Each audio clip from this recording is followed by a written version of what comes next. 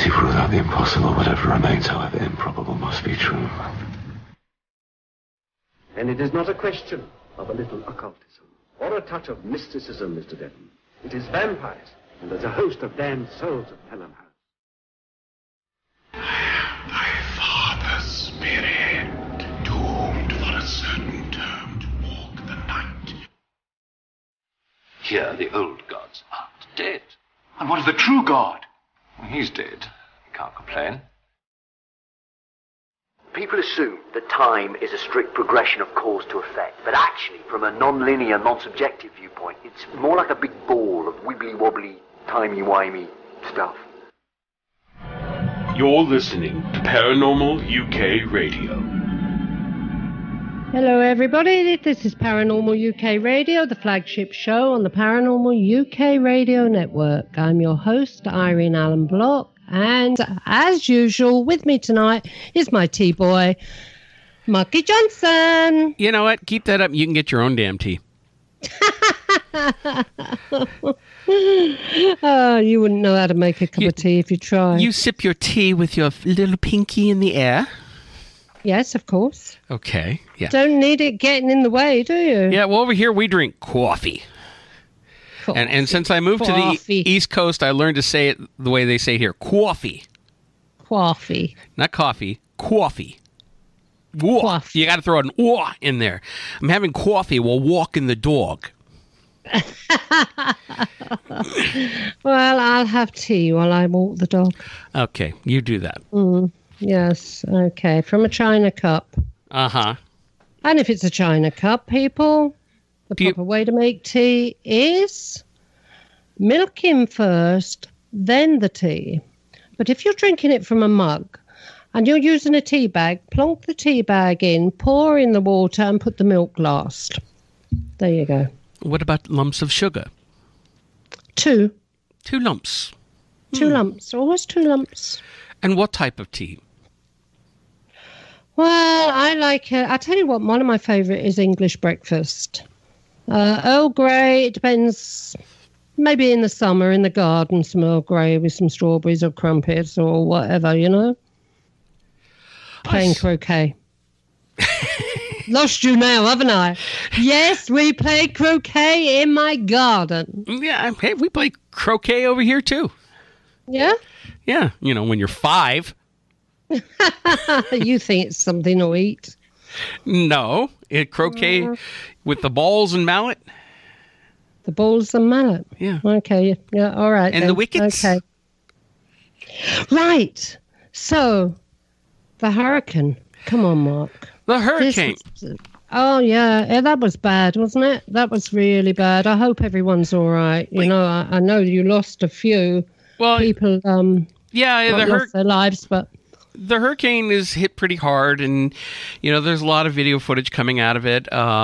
You know, it's not as bad as what happened, let's say, with Katrina in New Orleans many years ago, but back in 2005. But, you know, there's a lot of flooding, and, you know, it's concerning. There's so many other storms lined up out in the Atlantic. We may have a really bad hurricane season. And where I live, up in northern New Jersey, we're still in the hurricane zone. We got hit with Superstorm Sandy a few years ago, and, you know, I'm just keeping my fingers crossed we don't get hit up here. Well, we've got one coming tomorrow. Helena, I think it is Helena. Mm-hmm. She's a tropical storm. She was a hurricane, but she's now downgraded to a tropical storm. So she'll hit about 70, 80 mile an hour winds through Wales tomorrow, which is a bit breezy, isn't it? Let's face it. Well, you know what's really ironic over here is what's been floating around the last few days of the Weather Channel. Some weatherman faking being in the eye of the storm, bending over like he can't stand up, and he says, "Oh, the winds are so bad, we can't stand up." He's like almost being blown away, and yet these 2 guys in shorts go casually walking behind him, and he's being overly dramatic. And people wonder, why we don't trust our news media anymore? I mean, only in America. Just report it. Don't make it dramatic. Who cares? You know, they want it dramatic because then they think ratings and people will tune well, in. That's it. They think they're going to get bums on seats. Yeah. Let's face it. But, just like you say, just report it. And in case you weren't aware of it over there in the UK, the Hurricane Florence was Trump's fault. Oh, it was it? I thought it might have been. Yeah. Mind you, I did think Theresa May might have had a little bit to do with that somehow. Oh, he might have, yeah. But, just if you listen to the news being over here, it was Trump's fault. Well, she's blown a lot of air up about Brexit, so you never. Anyway, can we just flush these politicians? Anyway, yes. What I was going to say was, my heart now is going out to all those people in the Philippines and China, where that is one super blasted hurricane going through there. Yeah, I think they call them typhoons on that side of the world. Yeah, typhoon. Yeah, well, the weather is definitely getting stranger and stranger. We definitely, I believe we are dealing with climate change. I'm not a global warming alarmist, but you can't deny that the Earth cycles. We've only been measuring the weather for 100 years. Mark, this tropical storm that we've got coming in tomorrow, today we had beautiful breezy weather. And it was that warm wind that you get when you're abroad. Yeah. That really nice warm wind. Mm-hmm. So hopefully, it's going to carry on. But I know she's going to hit either early hours of the morning, about 70 mile an hour. So. Oh boy, and it's going to. A hurricane's not a hurricane over here until it does 100 mile an hour. No, so it's just 100 mile an hour. It's a hurricane. It's just a bad storm, so batten down the hatches and make sure you walk Gertie before it hits, because she won't go out in the rain, because she is the princess, Yeah, I know, but I think what it's called is what do they call it in America, in Australia? Willy Willy? A Willy Willy? Yeah, we're going to get a Willy Willy. That has some very different meanings over here. What, a Willy Willy? Yeah, that could. I'm not going to go down that road. No, sorry. I bet you don't eat winkles over there either, do you? No, well, some guys do, but not this one. Winkle is a shellfish. It's like a little sea snail. I won't touch that anyway. You take it out with a pin. Uh-huh. It's a snail. Yeah, I'll tell you, they're lovely and salty. Uh-huh. Really nice sale. Winkle sandwich, nothing like it. Yeah. Anyway. It's not that people over here ever rave about British food, Just make... you don't have British food restaurants over here. No, just fast food takeaways. And you wonder why. Well, before we get in the show, a couple more things I want to bring up. And I sent you an article on this earlier today about what's going on with the solar observatories. They're being shut down. Yeah, you did send something, yeah. Yeah. That's true. There's the main solar observatory in New Mexico was mysteriously shut down by the FBI this week. No reason has been given. They evacuated the buildings. They brought all the employees out. They've even superseded the local sheriff's department. And it's not just one observatory. I've heard it's several others. And the post office. And the post office. Okay, I don't know what the post office has to do with it. But, the conspiracy theorists are already out there stating that there's something that's visible around the sun that they don't want us to see. Well, I'm going to kind of wait and see what the quote-unquote official version is, if they ever come out with it, but I have to admit, it sounds very strange to me. What I can't understand is, what are they doing with mercury underneath the building? Yeah, that's a good question. I'm the most amateur of amateur astronomers, so I would have no idea what they would be using mercury for. Well, they're storing it under the building. Maybe it has. So if they're storing it, maybe maybe someone's been trying to tea leaf some. Could be. And that's why they closed the post office, so they can't send a parcel off. Maybe. Who knows? Yeah. We're going to have to wait and see what happens with this one. Again, I'm kind of keeping an eye on it because I'm really interested to see why they're shutting it down. Because is it some kind of weird terrorism threat, or, is it something that they don't want anybody looking at the sun right now through these solar observatories? So we're going to have to wait and see on that one. Okay, yeah. Interesting.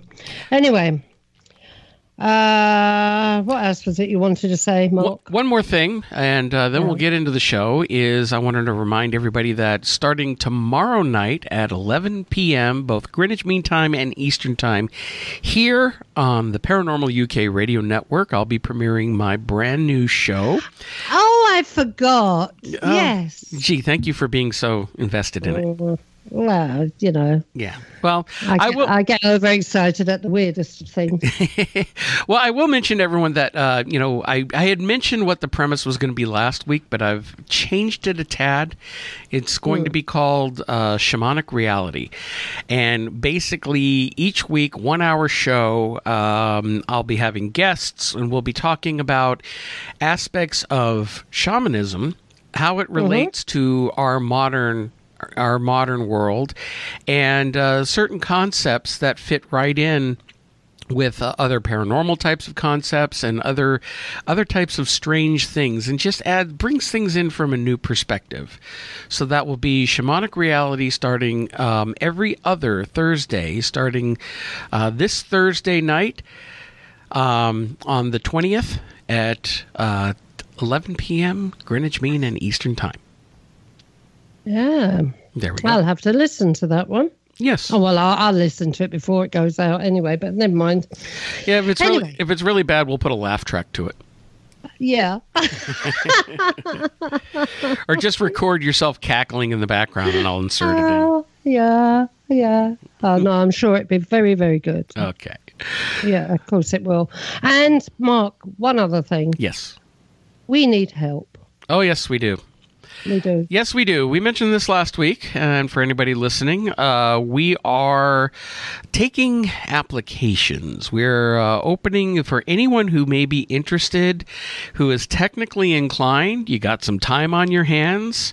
You want to learn a little bit about, internet broadcasting, to get in touch with us, because right now it's Irene and I doing a majority of the work, and the station has grown so much. No, Andy's in there. Yeah. Well, and Andy too. He's away at the moment. He's traveling right now. So, we could definitely use some help. So if you want to join our team, you got some time that you can devote to it, and you are technically inclined, considering working with computers and dealing with the internet, definitely reach out to us at info@paukradio.com, or you can reach out to Irene and I on Facebook at our Paranormal UK Radio Network page, and let us know if you're interested, and we'll talk to you about it further. Now, I will tell everybody up front, we're all volunteers here, so there is no pay, but, we do have a lot of fun doing it.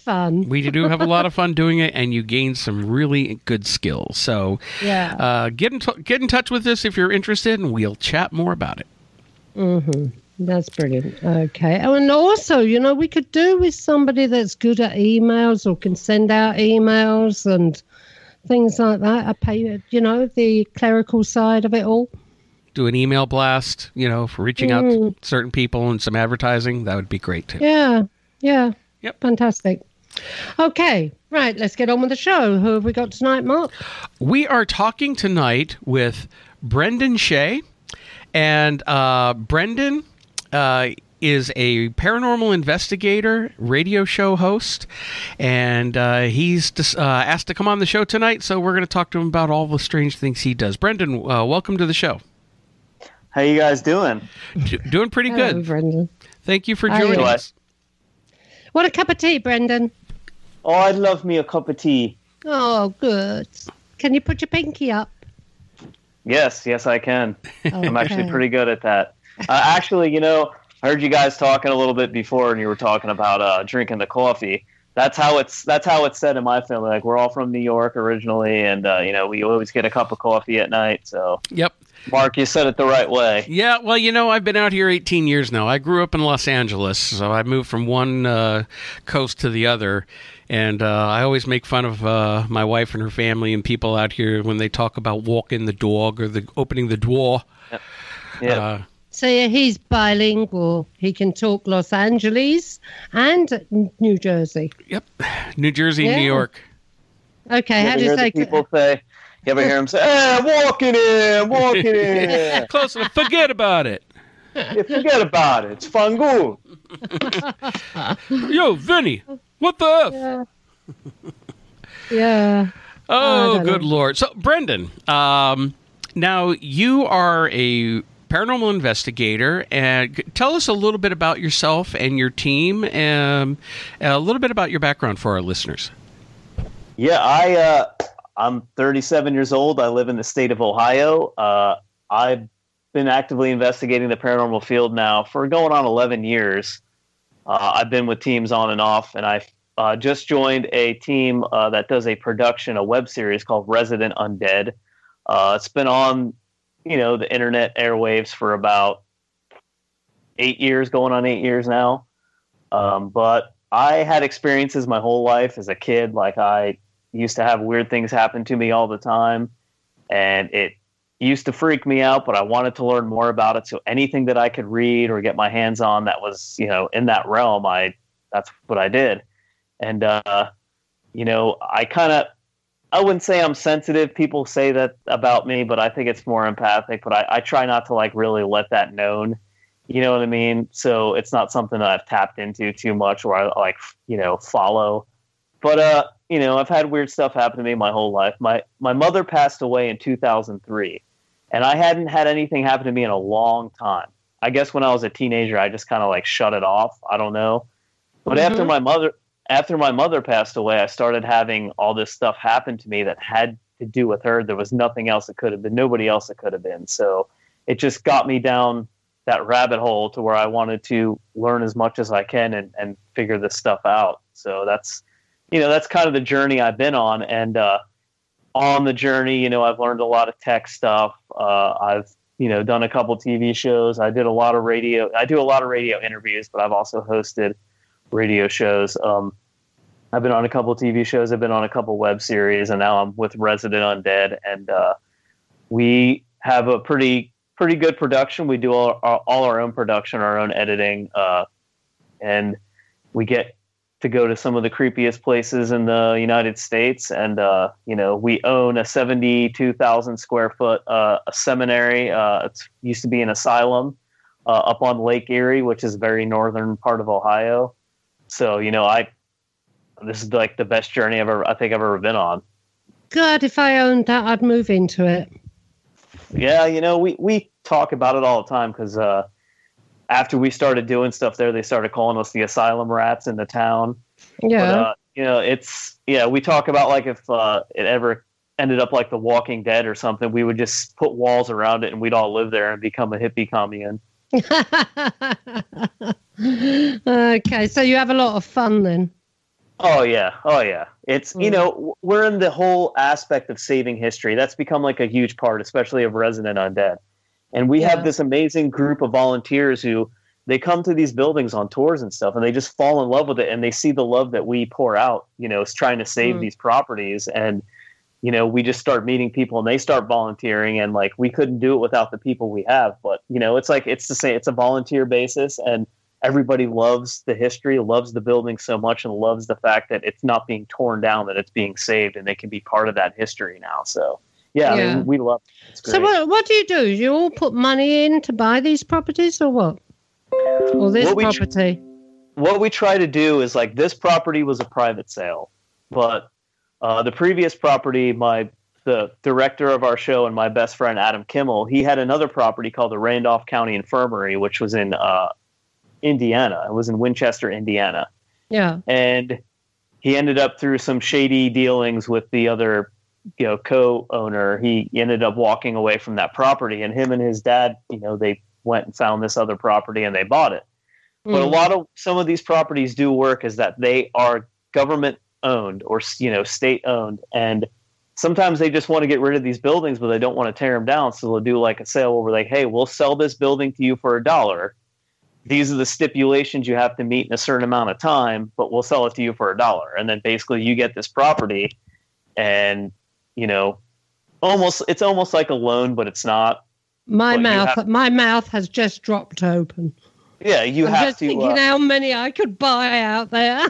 Yeah, and that's the thing. You think like, a 72,000 square foot building you think would cost like, $500,000, but they don't, because they want to get rid of these buildings, and some of them have been sitting there abandoned for so long that there's so much work that needs done, but they don't want to tear down the building. So the actual ground is not, over here, the way it would work over here, they would be looking at what that ground is worth, how many houses, how many blocks of flats they can get on it. And sometimes they do that. Sometimes the developer will approach them and that's what gets the ball rolling sometimes. But a lot of times it's, I grew up in a town and they will not tear anything down. They are very, very, very history oriented. They try to do everything they can to save all these properties and save all these, historic landmarks. So, there's some places that they don't want the developers anywhere near that kind of stuff. And they'll say, no, sorry, we have no interest in that. We're of historical preservation. Yeah, we've got a thing over here called the National Trust, and they own all these the old properties, the old manors and monasteries and things like that, and they will put in like a caretaker. The caretaker goes in there, they live there. They keep the upkeep of the property going and one thing or another. And the National Trust puts so much money into it, but everything you do on these places, but especially if they're listed, has to be passed by the National Trust, and it has to be within keeping with the actual building. So, well, we have, there's some places that allow you to do what you want, and there's other places that want you to keep it, almost historically accurate. It just depends on, if you're buying it off the government and they say these are the stipulations you have to meet, then that's what you got to meet in order to keep the building. So this asylum, have you had any interesting things happening there?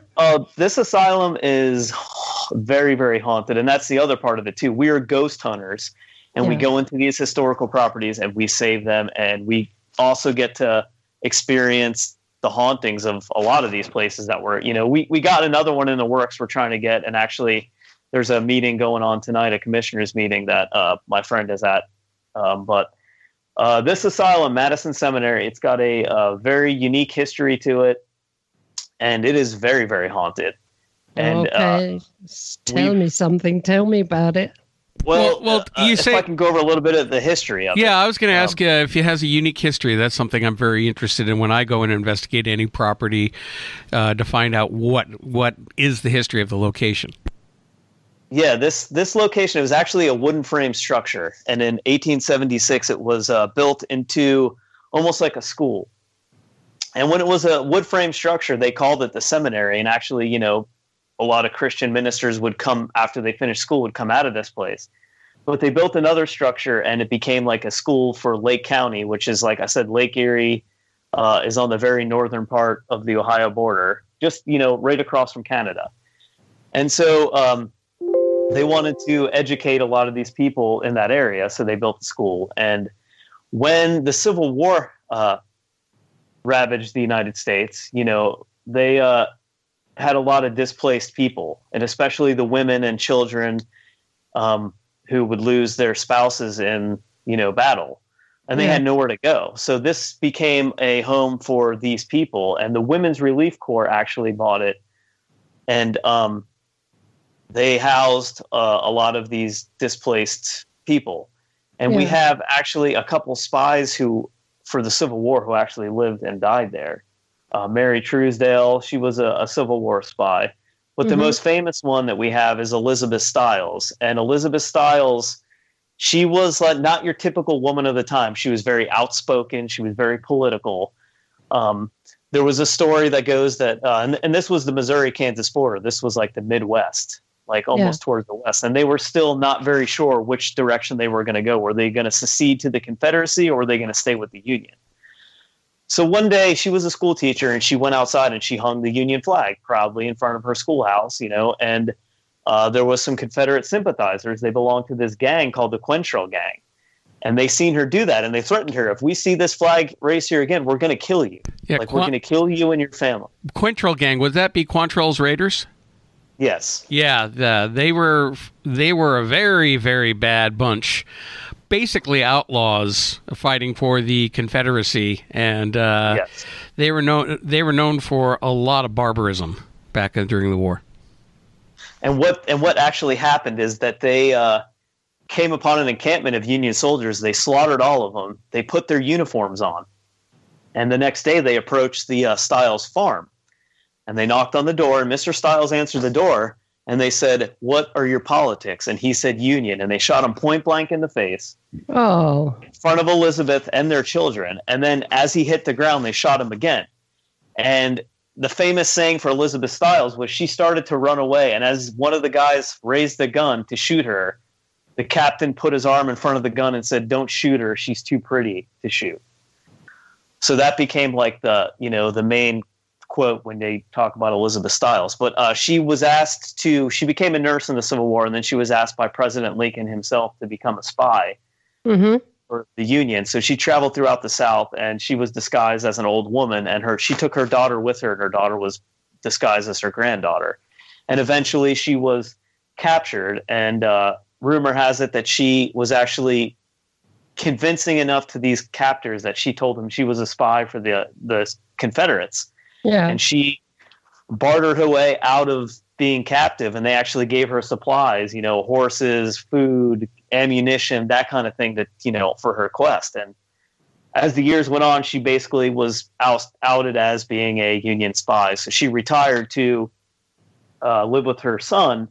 And when her son could no longer care for her, she moved into the Madison Seminary, where she died, and she's actually buried about 1,000 yards away in a cemetery right down the road from the seminary. So it's a pretty unique thing to have that, caliber of history there.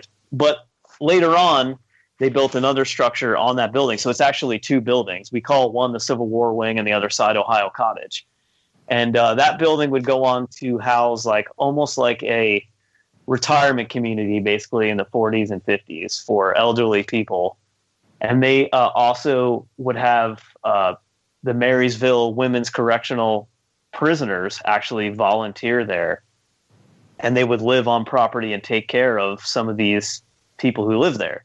Yeah. And so as the years went on, eventually the Women's Relief Corps gave it to the state, and the state turned it into a psychiatric unit. Now, this is the part of history where it gets a little black, because we can't find anything for a certain period of time, like it's blacked out. But when Adam first purchased the property, people would say, "Oh, I can't believe you bought the old nut house." And we have the very upper floor of the Ohio Cottage we call the asylum. And if you go up there, if you ever get a chance to visit, you see the floor. And if you ever been to an old psychiatric ward of any old hospital, I have. Yeah. Well, if you walk in here and the tile work is all different, and I always had the theory that they did that so patients would so medicated that they would walk out and see this this tile floor, and they'd be all trippy and they wouldn't leave their room because they're too freaked out to leave the room. Mm.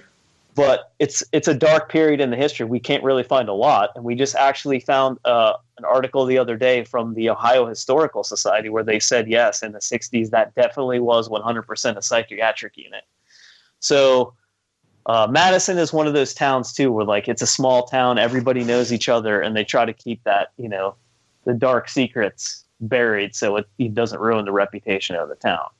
Okay. So, but we've had a lot of paranormal experiences, especially in that asylum. It's the most active area, and you could just walk up there some days and you just feel the energy.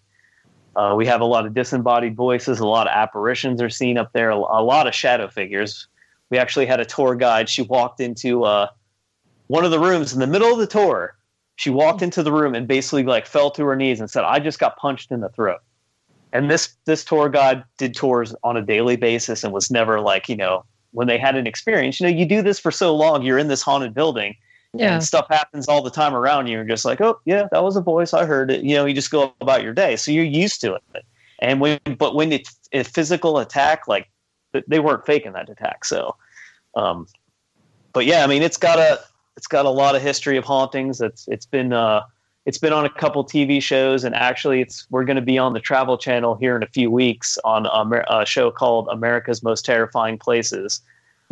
So yeah, it's going to be on that TV show. I can say, going on almost 10 years ago now, I was in Most Terrifying Places in America 2. Yeah, they did a segment here in New Jersey on Clinton Road, which is supposed to be the most haunted road in the state, which it's not. They kind of cut me and turned my took my story out of context, but yeah, whatever. That's TV. That's TV, all right. Well, that's it. It's all about bums on seats, isn't it?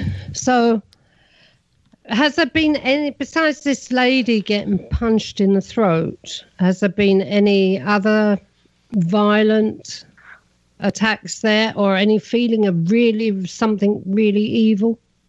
You know, like, that's the general misconception, you know, like, you see all those TV shows and if just because something happens doesn't necessarily mean it's evil. You know, take a place like Madison Seminary, you know, it's an asylum. There were probably people who had a mental disability, you know. If you look at the history of a lot of these places, when they were operational, people dropped their family members off that they wanted nothing to do with because they may have had a mental handicap or something like that, and they would just forget about them. Well, that was quite common over here. Yeah, and so, like, you have that kind of personality there that they may not understand, you know, what they're getting into, or you walk into their environment and they're like, oh, wow, what is going on? Am I being attacked? So they just retaliate, you know? Yeah. And that's, you know, that's the most, I think, violent attack that's ever really happened there. You know, people have had very, very bad feelings. But, I mean, I generally think that whatever there is just, you know, it's just there. It's not meaning any harm. It's just, it's protecting itself in a way, because you don't know what kind of abuse happened there too. So they see these people coming in here, they think they're going to be attacked again. So they, like I said, retaliate. But we have done a lot of work in this building. I mean, when Adam purchased the building, the place was in shambles, and it's done a complete 360. I mean, when we get these buildings, we try to make them a time capsule. We bring them to a point to where it's like, okay, this is what it would have looked like. This is would have been period-esque. So a lot of people will donate antiques and old furniture. So what we've done is we've gone through the whole Civil War wing is basically furnished to what it would have looked like back then. Yeah. And now we're working on the Ohio Cottage side, and there's a total of 88 rooms in the building. So what we do is in the bedrooms, we place beds, and, like, you know, we have like 6 antique wheelchairs that we have throughout the building. Mm-hmm. You know, we have old lamps, we have old clocks, we have old portraits hanging up in the building. What we really are looking for is like a lot of surgical stuff, like, you know, medical stuff. But as we do this, I think in a way, like, this is an already haunted location. And, you know, maybe as the show goes on, we'll progress into a lot of theory stuff. But, you know, it is a theory that there's different layers, you know, at least with how we view it. There's different layers of a haunting. And I think that when you bring more stuff in, that you are also creating a more intense haunting, because now you're bringing stuff from other locations that may have attachments to them that are now, you know, being part of this whole I was just going to say that energy. Yeah, I was just going to say that. You know, we've noticed an increase. The more we bring stuff in, we notice an increase. But there's also the theory that people say when a lot of work gets done, you know, it also increases the level of activity. Yeah, that's one of the things they say. So this building itself, the upkeep must be tremendous. 88 rooms, upkeep, repairing it, making sure everything's okay. Must be an awful lot of work there.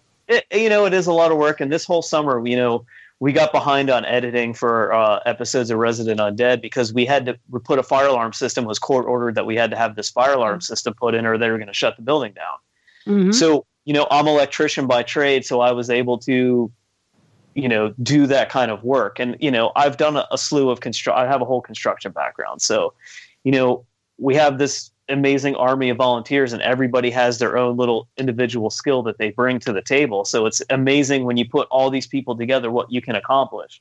Yeah. And, you know, with the amount of people we have, you know, upkeep is not a problem. Cleaning is not a problem. If something needs repaired, you know, we get it done. We get it fixed as soon as we can. So, you know, and this whole summer, I mean, we've had a lot of activity happen just because we've been there so much doing all this work. It's been crazy. But yeah, I mean, it's a labor of love for us. This is what we love doing. It's what we want to do, and we want to keep doing it. We want to have 10 before it's all said and done. 10 properties. Wow. You know, that is definitely saving history. Yes. And that's the one good thing I really enjoy, when people are going back and trying to save and restore these buildings instead of letting, either nature take them completely or they get torn down. But, yeah, with asylums and different types of buildings, I mean, I've only ever investigated one other asylum myself, and that would be Rolling Hills up in upstate New York. Have you ever been there? I have never been there. Actually, Resident Undead did an episode there, I think 5 years ago. Yeah, 6 years ago. That's about when we were there. We did 2 investigations back to back.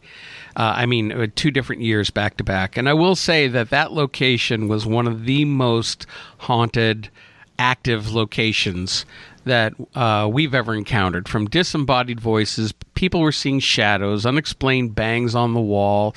We got a ton of EVP, and we also heard voices. Or screams or sounds, and I mean, just really, really great old creepy building. But you also brought up a point that in some of these locations, like Rolling Hills, it's being run as a business, and for the last 15 years almost, it's been open to every single ghost group in the country and television show and whatnot, and everybody comes in trying to stir things up, trying to get activity. And, we're guilty of it too. We did it. We wanted to go to a famous place and investigate it and see what we could find. And we experienced things. But, you hinted on this earlier. The more people are coming in and stirring things up, what are they bringing with them? And there are stories of activity, even at Rolling Hills, getting more and more negative. So it seems to me that they're opening doorways by having so much paranormal investigation going on there, and whatever some people are doing that they shouldn't be doing there, because a lot of times these teams are allowed free access to roam around the place unsupervised, and who knows if they're trying to conjure something, or if they're provoking, if they're they even have their own attachments that they wind up leaving something there. So I have a lot of mixed feelings about it. A, as an investigator, I like going to places like this and investigating and having experiences. But B, I could see where too much exposure of a location can start to change what's there, possibly making it even more dangerous for people. What do you think? I mean, yeah, I can, I see your point there. And it's, you don't know what people are doing all the time. We do mainly, we have private teams that run it out, and they'll go there for the night, and we have one staff member there. But yeah, like you don't know what's going on, what they're actually doing. But we also do a lot of flashlight tours. Actually, every weekend we do a flashlight tour. It's basically a historical tour that we take people throughout the building. It's an hour tour, and you're only allowed to have a flashlight on. So we've noticed, because the staff will investigate after the flashlight tours end at midnight. So for the next 4 hours, the crew will investigate. And we've noticed that as these people come through, it's like charging a battery charge for this building, because the activity is more intense. But as far as like this location, Madison, is concerned, I haven't really felt anything negative from, people coming in and out of there. I have experienced people who do have something negative attached to them, but so far nothing seemed to have stuck around. But we had a, you're dealing with the public. You're going to have people come in here, and some people are little Looney Tunes. You don't know what's going on in their head sometimes. And we had this 2 ladies come in town, and they rolled up, and as they rolled up to the car, you could see the pot smoke just rolling out the windows. It was like Fast Time at Ridgemont High. They get out of the car, and they're you can tell they're messed up. Yeah. But they weren't out of control to where it was like, they can't come on this tour. Well, they started going through this tour, and they started getting more rambunctious and more obnoxious. And we do have a level of respect, not just for the people who come in on these tours, because they also pay, but also for our spirit residents that are there. You know, this is their home.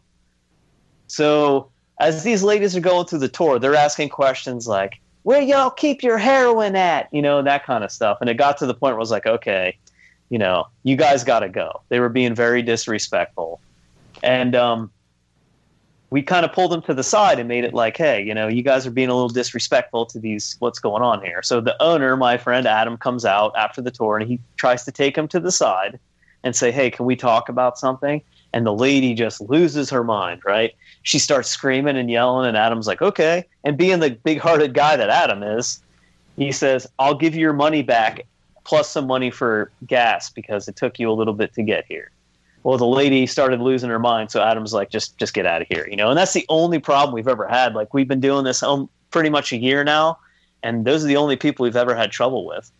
So, but, I mean, you do bring whatever you have baggage that you have attached to you, you do bring to these places. And I've noticed doing this for the last 10 years that, yeah, these places they're haunted for a reason. There's definitely an energy shift.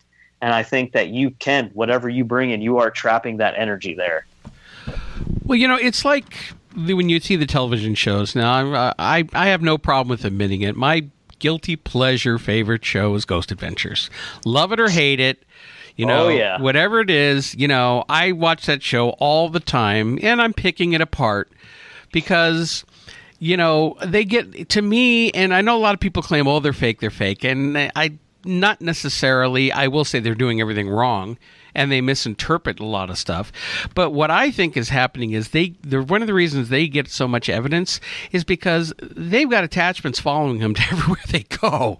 They started off early in their career just provoking everything, not protecting themselves, and you know they've had nothing but problems in their personal life. And when they go to these places and they're getting the voices and whatnot, half the time I think it's them. You know, it's whatever's attached to them. So it's really hard to say with these shows. Now, I still enjoy the show. It's been going for, over 12 years now? But, yeah, you know, being a television show, people need to understand that, you know, real ghost hunting is very, very boring. And usually things don't happen. So keep that in mind when you watch any of these paranormal shows. Especially most haunted. You know, that's a good point too, because I've noticed, like, working over the years with like especially when like the Shack Hack became a thing, and then you had the Ghost Box, and now you have the Geo Box and the Portal, all these things.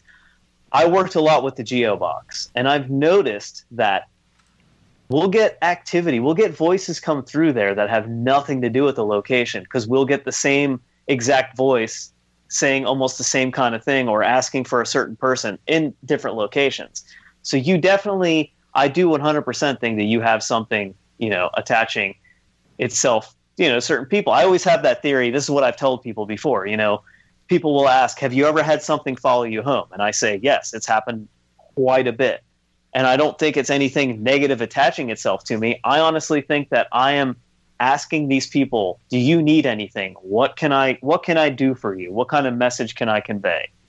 And maybe at that point they think that this guy actually wants to help me and actually is listening or wants to hear what I have to say.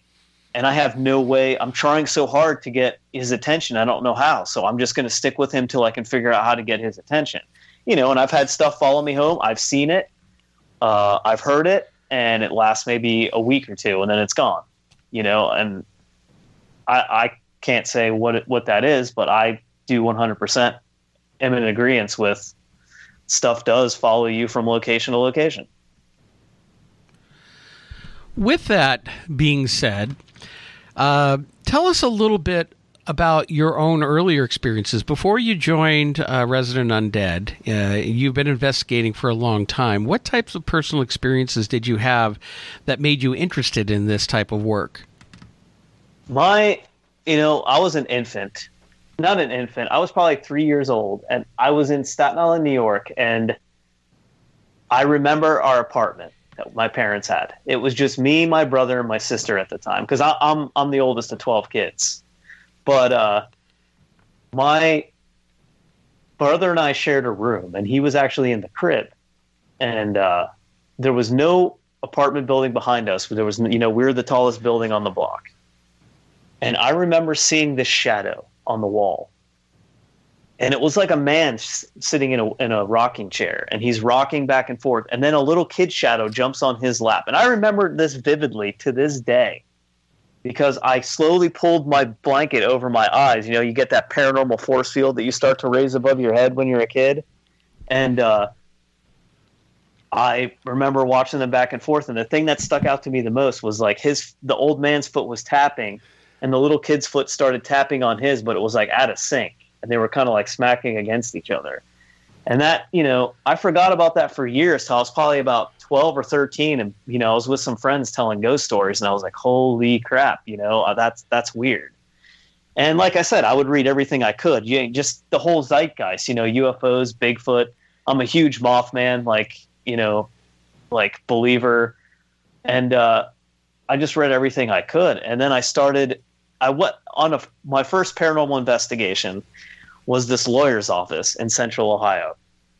And I was literally there for 3 hours. And I probably walked out of there with like 4 of the best EVPs to this day I've ever heard in my life. And I was a novice then. I was just learning how all the tech worked. But, there was no way it could not have been an EVP. And so I just got hooked right after that. I was hooked like this, the level of excitement that you have, even just experiencing, like you said, ghost hunting is very boring. It's like fishing. You're just waiting for that bite. But when you get that first bite, it's exciting because it's like, oh my God. You can spend 10 hours in a location and walk out with one EVP or had one personal experience, but it's worth it sometimes. So I got hooked. And I hooked up with this team, and they said that they were going to Waverly Hills in a sanatorium in Louisville, Kentucky. It's a gigantic asylum where 36,000 people died of tuberculosis. So I was like, oh my God, I'd seen it on TV. I'm like, man, I would love to go there.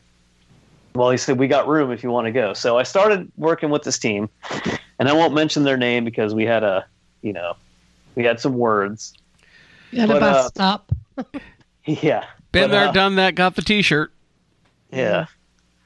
Well, so I'd worked with them for quite a long time, and then we actually broke off and formed our own team, which still was basically the same team. But I worked with them for a long time, and we did a lot of private residence. That was like our bread and butter, and we did this one investigation, and it was this young couple had rented this house, and they had just had a baby, and something kept messing with the baby. And so me and a couple of the investigators put some equipment up in the baby's crib, like the baby's room. And we had an EMF meter sitting on the mattress. And we just sat in the room, and all of a sudden we heard this guy's voice, this very deep guy's voice. And we all looked at each other like, what the hell was that? And then there was 3 knocks on the door down the hallway in the master bedroom where supposedly some man hung himself. And all of a sudden the EMF meter on the mattress started going off. And it was the exact experience what these people described, like how they felt in the room. You started to feel that way. And everything that they said happens in sync happened in that room that time. And it was just insane because you see that on TV where it's like that chain of events, that chain of paranormal events leading up to, you get something hits on the K2 meter the same time you're picking up the EVP, the same time you're feeling this way, and like all this different variables are happening at the same time. So,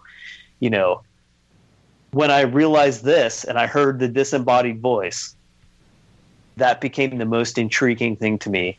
A disembodied voice. There's a voice in this room, and it's not you, and it's not the other 2 people with you. It's a completely different voice out of nowhere, and that was just like amazing to me. So then science started coming into play. And I'm thinking to myself, what can do this? So I started looking into like Einstein's theory of all this stuff and energy never leaves. And you find out all these things. And being an electrician, you have that background of how electricity works and that kind of energy flow. And Nikola Tesla, he was big into the alternating current, but he had all these ideas and whatever. And I started reading all this stuff, and it just got me more and more hooked. Mm-hmm. And the more I went to some of these dark places, and these haunted locations, like I started having more and more activity, and I'd come home and we'd be asking questions, and I'm listening, reviewing evidence, and I'm getting these incredible EVPs. And one of the most outstanding EVPs I've ever caught, I was at Moundsville Penitentiary. It's an old, huge, gigantic prison. Very familiar with it. I've never been there, but I know it.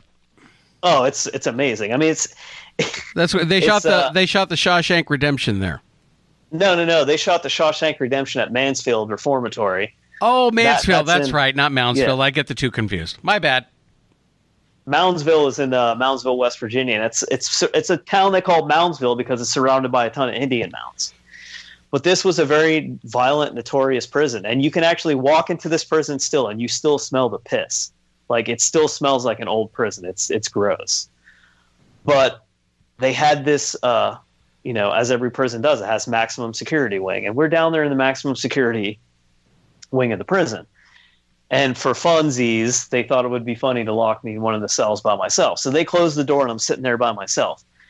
And if you do paranormal investigating long enough, you start to pick up on your environment. Like, we're in this gigantic concrete room, so of course our voices are echoing off the block. And you hear that, And I'm sitting in the cell by myself, and I ask a question, and you hear the metal, echo, the vibration, the concrete, whatever. And I get this voice that comes over, and it says, "Let me out of here." Real nasally, real like it's right in the recorder. So when I heard this on review, I was like, oh, crap, man, that's incredible. Well, we're sitting there, a couple of the other guys I was investigating with, we're sitting there. I used to go to his house, the day before the investigation to spend the night so I wouldn't have to drive, really far. So we're watching this show, and they're doing a documentary on Moundsville Penitentiary. And this woman talks about this prisoner there. His name was Red. And he was shanked to death, but she worked with this guy every day. And she said, and after... Sorry, shanked to death. Yeah, like shank. Like prisoners will make shanks. They're like short little knives, but they'll make them out of toothbrushes, out of metal spoons, whatever they can make a weapon out of. They fashion it, and they call it a shank. Oh. So when you shank somebody, you're basically coming up and stabbing them. Oh, I see. So this guy got murdered right there in front of this guard, and she said, after the prison closed, she did an investigation there, and she got an EVP from this prisoner, Red. And she played the EVP on the radio or on the TV show. And it was the same exact voice, the same exact nasally tone as that I caught in the same exact area. So I was like, holy crap, that's incredible. Did it say exactly the same thing? Yeah.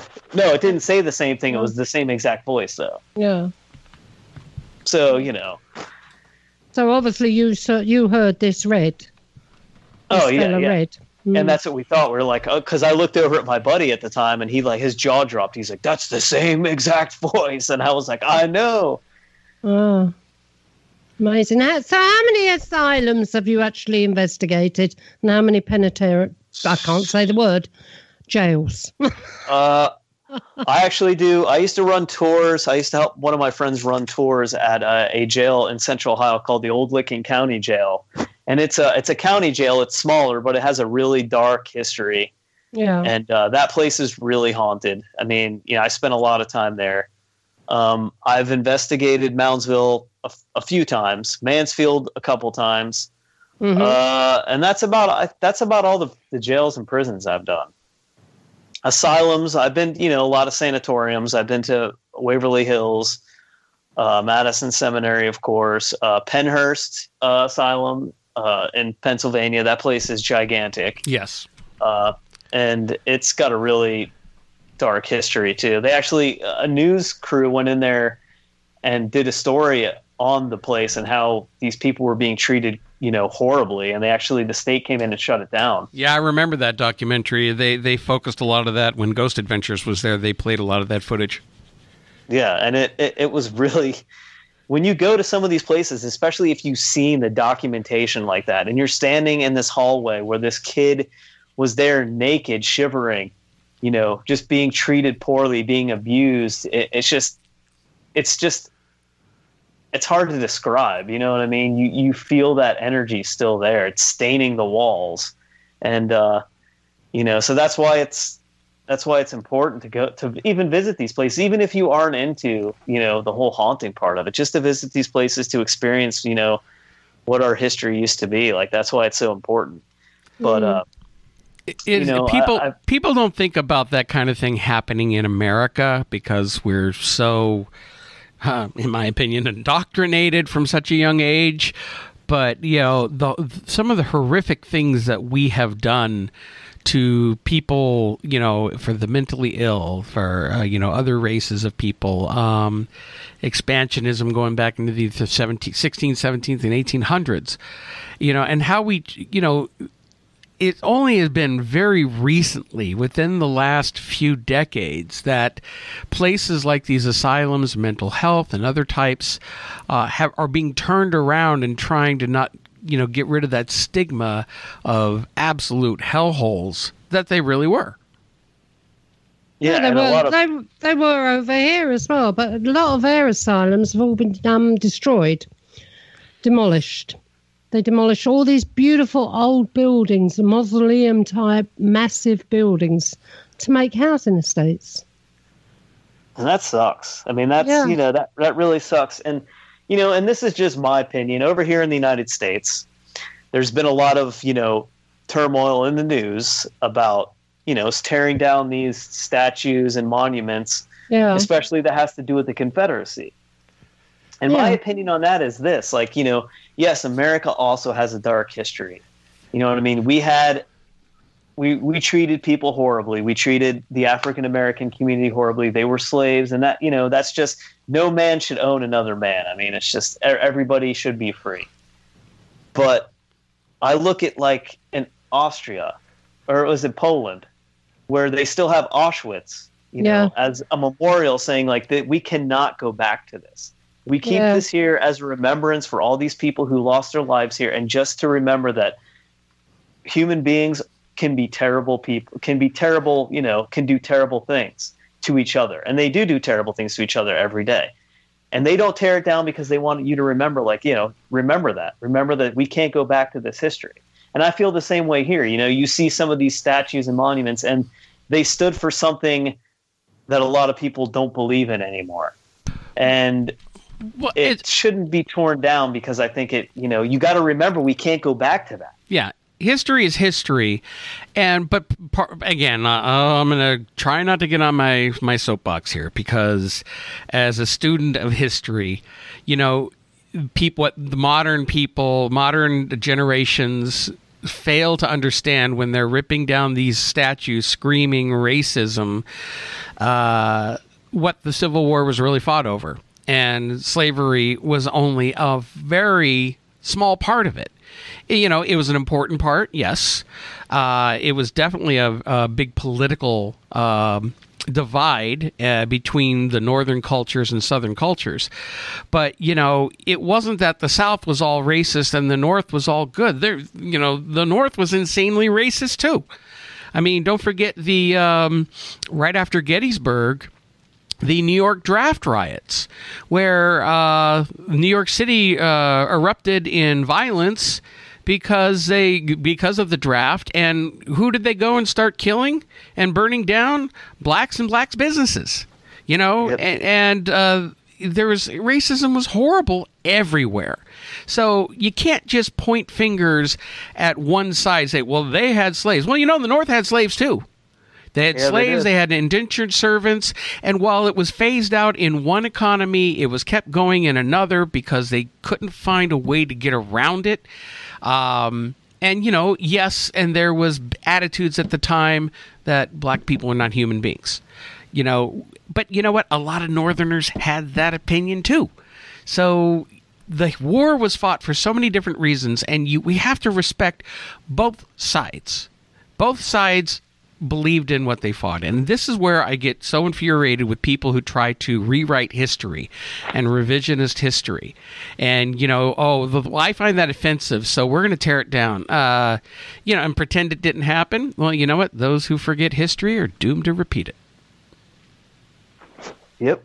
Okay. And and that's the thing too, is like I always say that as a paranormal investigator, like you are you're basically going back into the past. You're trying to communicate with these spirits who have moved on. And, you know, a lot of people say they want to get to know who the spirit is, and they want to know because they care, they have that compassion. And I think as paranormal investigators, it is part of our due diligence that we do have the obligation. If we're digging into our past, I think we also have, like I said, that due diligence to save that past too, and like keep it going, keeping it alive. The past in history happened, whether you like it or not.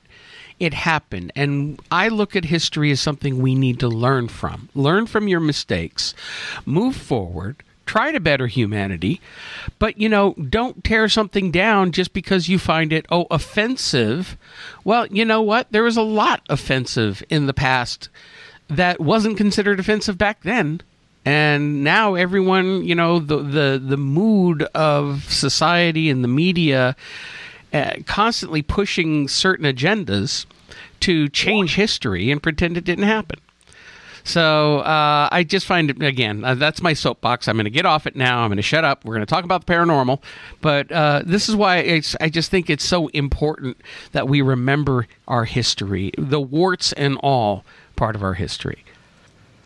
Now, Brandon, since you do a lot of these asylums and these other historical places, okay, tell us a little bit about your thoughts on the paranormal, and why do you think these types of locations, in your opinion, seem to have so much activity? I believe everything is energy, vibration. I think it's all ties in together, obviously. And I think the Earth spins at a certain frequency, and I think when we pass away, and this is only one part of this, when we pass away, I think we transcend back into that natural vibration. So we're on the same frequency as the Earth, whatever that is. And I also have this ongoing theory that the past, the present, and the future all are happening at the same time. What do they call that? The quantum entanglement. Yep. That's keep going. We're on the same page here. I really do believe that this happens, and I've also noticed too, investigating especially a place like Madison Seminary. We've noticed what we kind of, it's a trend in Resident Undead, especially like we have two pretty legit powerful psychics on our team, and for example, they will see things we do what's called a ripple in time. And basically, if you ever watch the Resident Undead episode, a ripple in time is basically we will reenact a historical event, whether it historically happened or we're making it up. But it ties into what this location's history is, okay? So we will go through and we'll act this out. And sometimes it's like, a person getting electroshock therapy or somebody having a heart attack like they're in a hospital. You know what I mean? And as we play this skit out, we pause. And we usually get, EVPs during this pause, like the spirits reacting to it. But we also have our psychics, like we do a dueling psychics thing. And since we now have two psychics on the team, where Rebecca Kirschbaum, who was the main psychic, she's been on the show for the last 6 years, she would sit there in this corner or this ripple by herself and pick up what she saw and write it down. And then after the ripple was over, she will go back and tell us, what she saw. Well, now that we have Becca and Annie Weibel, they both sit there and we do like what's called the dueling psychics. And they will come up with different things as this thing is going on. So we did one location this summer that we filmed that hasn't yet, it's still in production. But Becca was seeing this, as the skit was going on, she was seeing a man and kids, and they were saying, the man, I was playing this man who was getting his ass beat, by the overseer of this property. And as it's going on, people are yelling for help, you know what I mean? There's kids out in the hallway. One kid's saying, "Daddy, Daddy," like his daddy was getting beat up, like he's reliving this. And Annie comes back with something completely different, as she's seeing an old woman out in the hallway. No one else, nothing around, in this period-esque clothing that she's describing. And Becca described what they were wearing too. And it was two different time periods that they were seeing. But the same result was happening, that they both were calling for help, seeing this drama go on. So, sometimes I think that there is layers of a haunting. This period of time doesn't know that these spirits exist on this plane, and sometimes they cross over, sometimes they don't. And who knows? Maybe that period, thinks that they're being haunted by this period, but vice versa. But they're actually haunting us, or we haunting them. You know what I mean? Does that make sense? Yeah, it does. All happening at the same time. Yeah. We've discussed this before on the show about, if all time is happening at once, and it's only our perception of time that is linear, because that's just the way our brains process information, and we perceive things linear. But, it throws a unique aspect on time travel, and what people think of as seeing a ghost. And we've mentioned this before, and Irene had seen some quote-unquote ghosts in the past that we've discussed. And we think that it could possibly be not so much a spirit of a person who's died, but for whatever reason the conditions are right, that two living, breathing human beings just happen to be able to see each other through whatever conditions arise that allow their two time to link up or to overlap. That's true. When you see something or see what you think is a spirit, and that spirit looks at you with shock because they've seen you, and it's obvious that they've seen you, then it is some sort of time lapse. Well, here's my next point is that at Madison Seminary, we've noticed this, that the spirits on the Civil War side have no idea that the spirits on the Ohio Cottage side exist, to an extent. Yeah. Some spirits have come from that side of the building over to the Ohio Cottage side. But we notice that two hauntings don't ever really tie together. There's not one spirit that travels back and forth, you know what I'm saying, that roams the whole building. Yeah. But the other thing that happens at Madison that makes this theory so unique is that we will see doppelgangers. And sometimes people say doppelgangers are of something evil. Like, I've heard that you see a doppelganger right before something bad's about to happen to you. This is different in the aspect that they've seen, like, for instance, they've seen me there, they've heard me there when I'm not there. And when I'm there, I might be on a different part of the property, but people have seen me. And we had one volunteer there who was seen one time. He was up walking around, and he had his work outfit that he always had on. And a couple of the girls were walking the building, and they seen him, and they called out his name. And he didn't respond, and they were probably 50 feet from where he was standing, and he didn't respond and just walked on down the hallway. Come to find out, the guy wasn't even on the property. And, like, well, what did we just see? You know what I mean? We just saw this guy here, and he's not here. Yeah. You know what I mean? And he didn't respond to us. So were they seeing a time remnant of him from the past, or some future event that we don't know about? You know what I mean? And it's weird. It's hard to understand unless you've actually experienced it. But, when you communicate, when you see these people all the time, you know who they are. You know what they sound like, and you're hearing them and seeing them when they're not on the property. They're obviously still alive. So what is that? Well, that's happened to me several times, hasn't it, Mark? I've been seen all over the bloody place. You and your doppelganger. Yeah. One woman I worked for, she turned around to me when I got into work one day and said, "I'm sorry I didn't pick you up at the bus stop," she said, "but we were going, they were diverting on the way to work to see somebody else, like a family relative."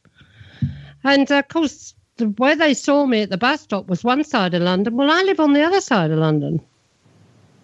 I would have been nowhere near that bus stop or even that part of London.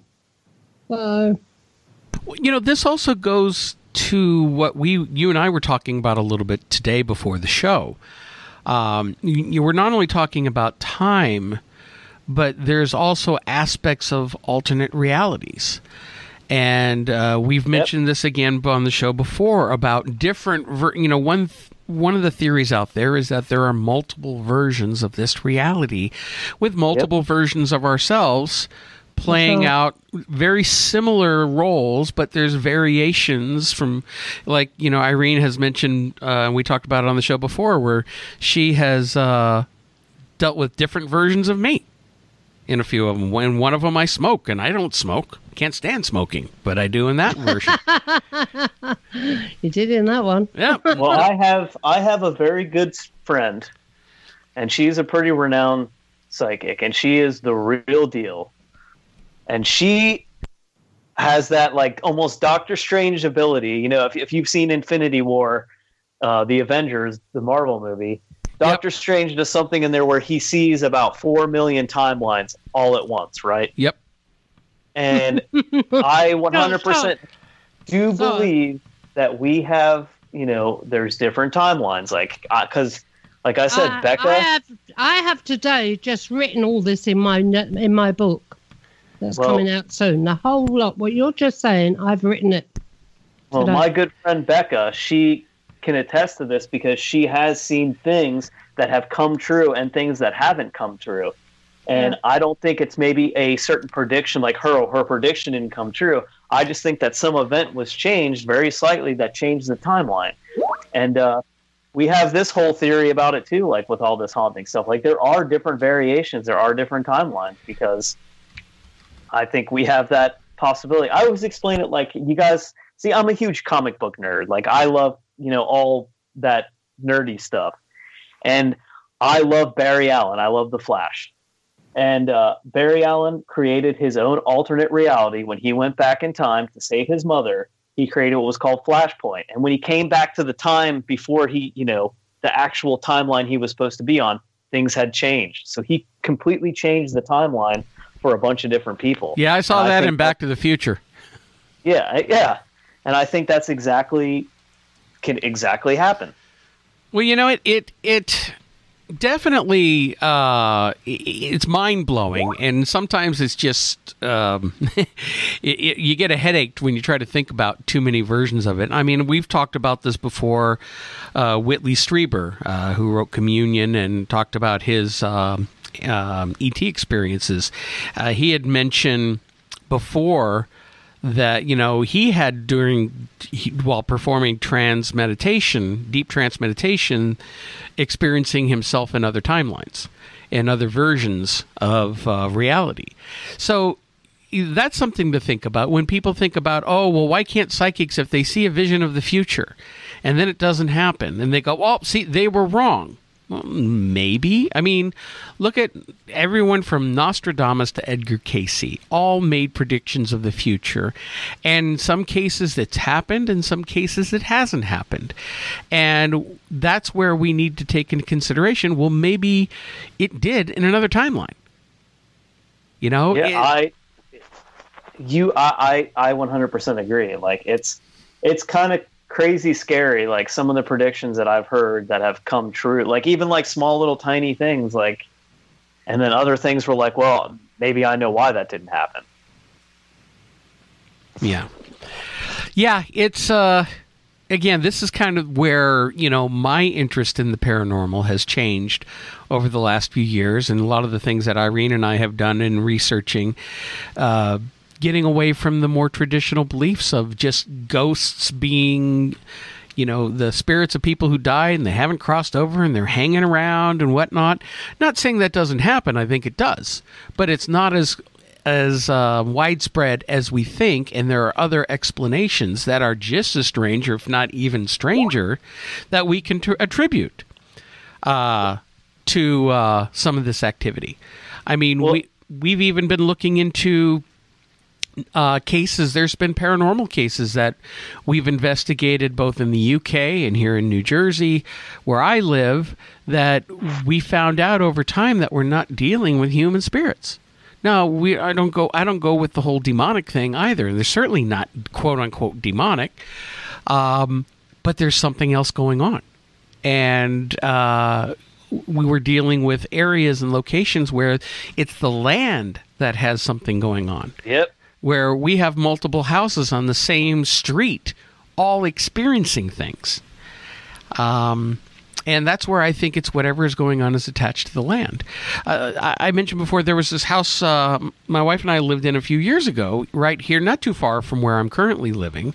We had bought a home, and just something about that area was off.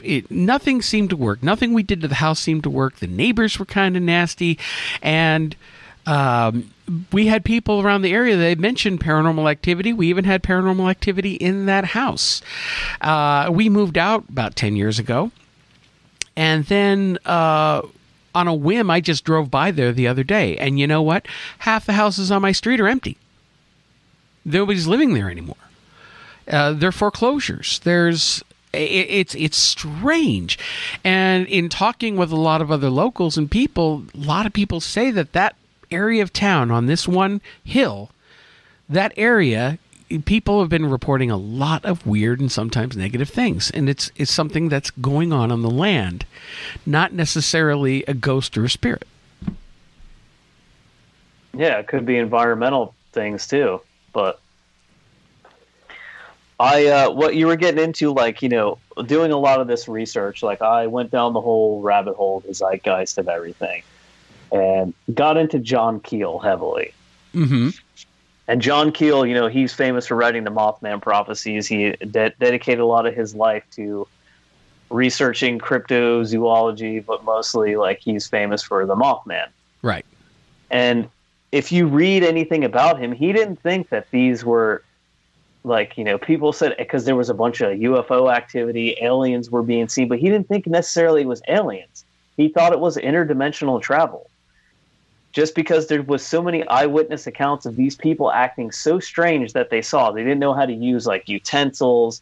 They spoke weird. They looked weird.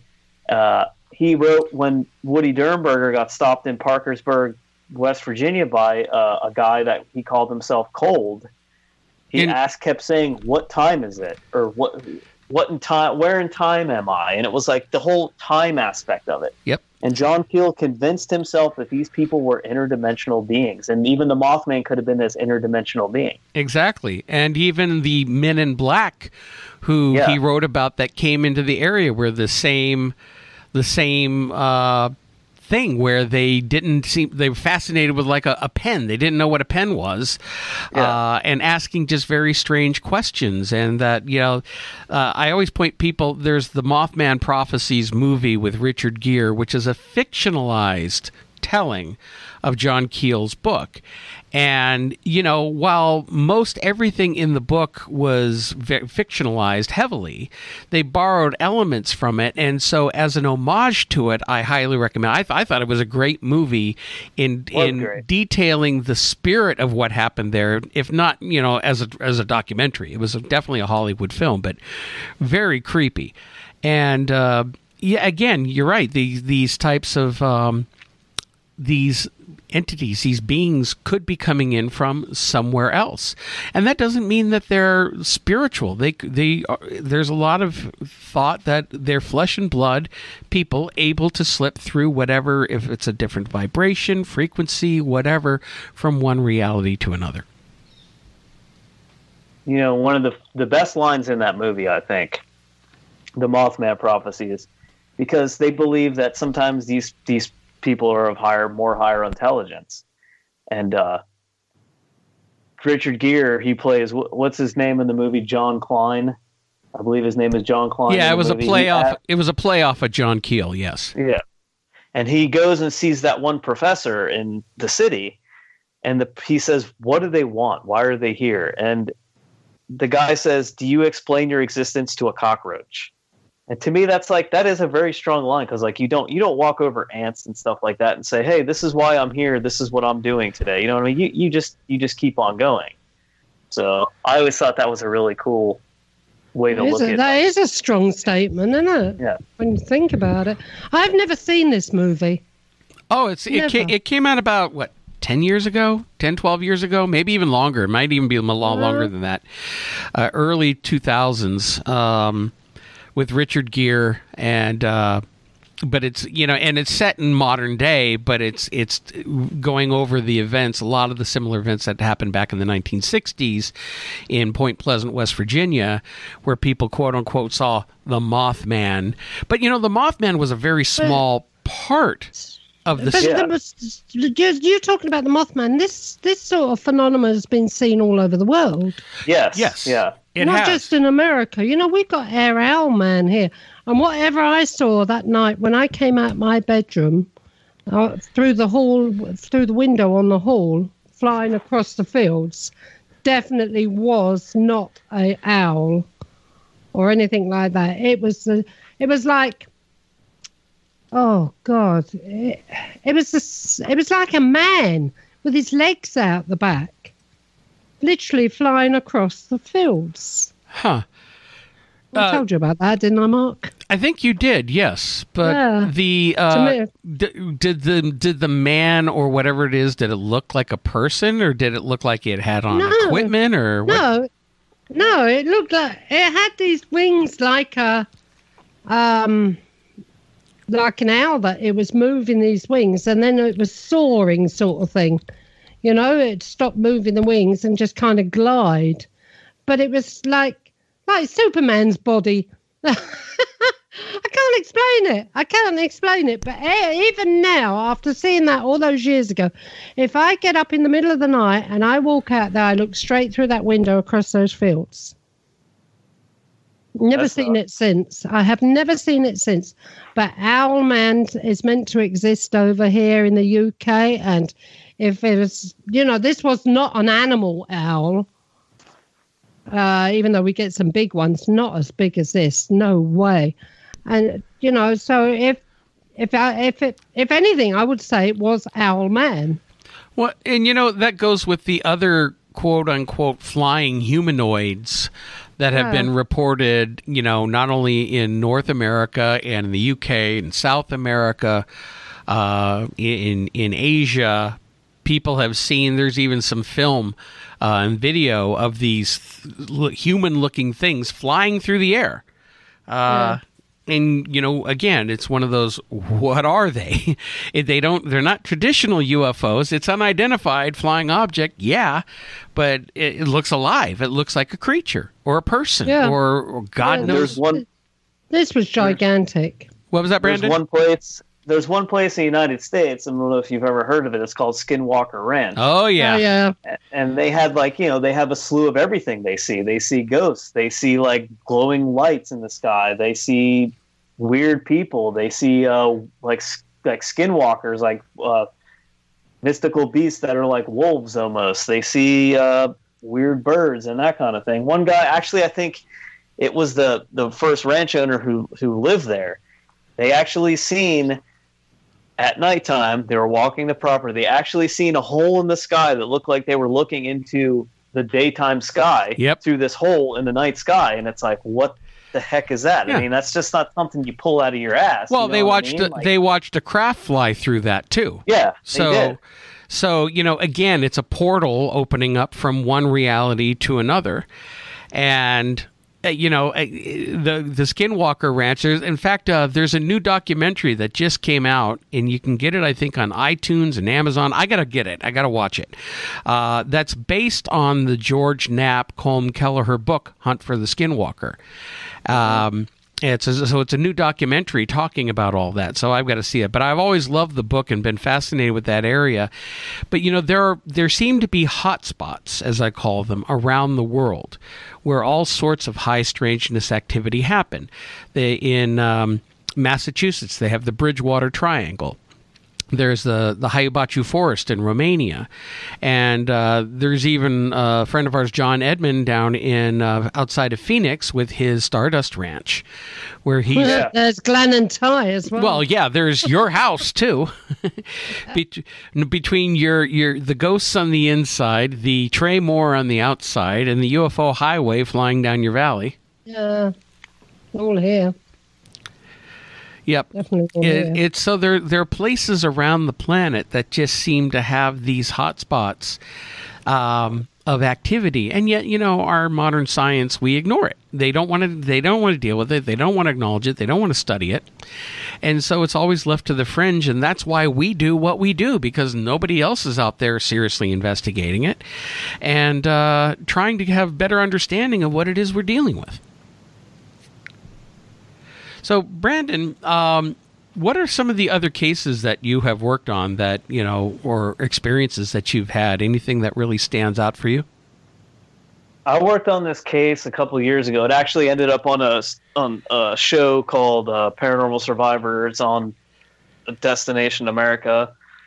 It's a Canadian produced show. So yeah. They usually show it a few months before in Canada before it airs in the United States. I did an episode in the first season. That's why I was laughing. Back when I was exceptionally overweight and fat. Oh, God, I can't even stand to look at myself. No, you weren't. You weren't. You looked healthy. Yeah, I don't know how they did it with you, but they kind of ruined the episode. I mean, it was a very interesting case, and it was a home, residence, and the homeowners, they were having some pretty crazy stuff happen, and they just made them look stupid. They made me look stupid. It was like kind of a joke, but the case was interesting because it seemed to pass down from kid to kid. They had a daughter. She started experiencing activity.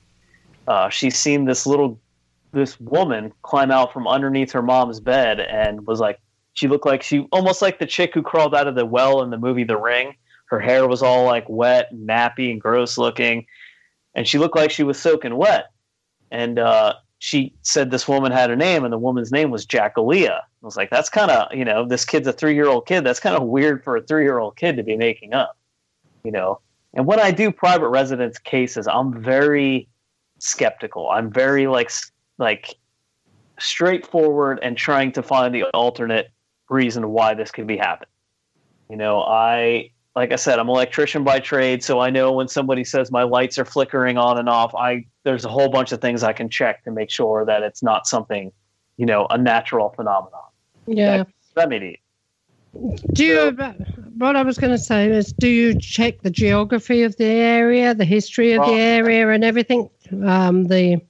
This case took place in the town close to Cincinnati, Ohio, which is some part of Ohio, and it was a very violent area. It used to actually be controlled by the mob, right? And they at one point had called it Little Italy in Ohio. And they, during World War II, they actually would not let the soldiers go there and visit because there was a whole huge red light district. They didn't want them, they didn't want them going there.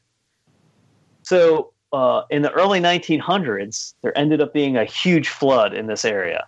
And where this house was just on the outskirts of where the floodwaters were. But over 100-something people died, and I think they only recovered 30 people that they could identify. So you had all these other people who got swept away and other people whose bodies were found and nobody ever identified them. So when this girl told me that one of the experiences that she had was that she saw this woman and she was soaking wet, it made sense to me. Like, well, that kind of makes sense. Yeah. Well, right around the corner, like probably about, 600, 700 yards from where the house is, there was a murder that occurred in this house called the Easter Sunday Massacre. And this guy named James Rupert, he was at his house. His mother was there. His brother was there. His brother's wife was there, and they had 4 kids.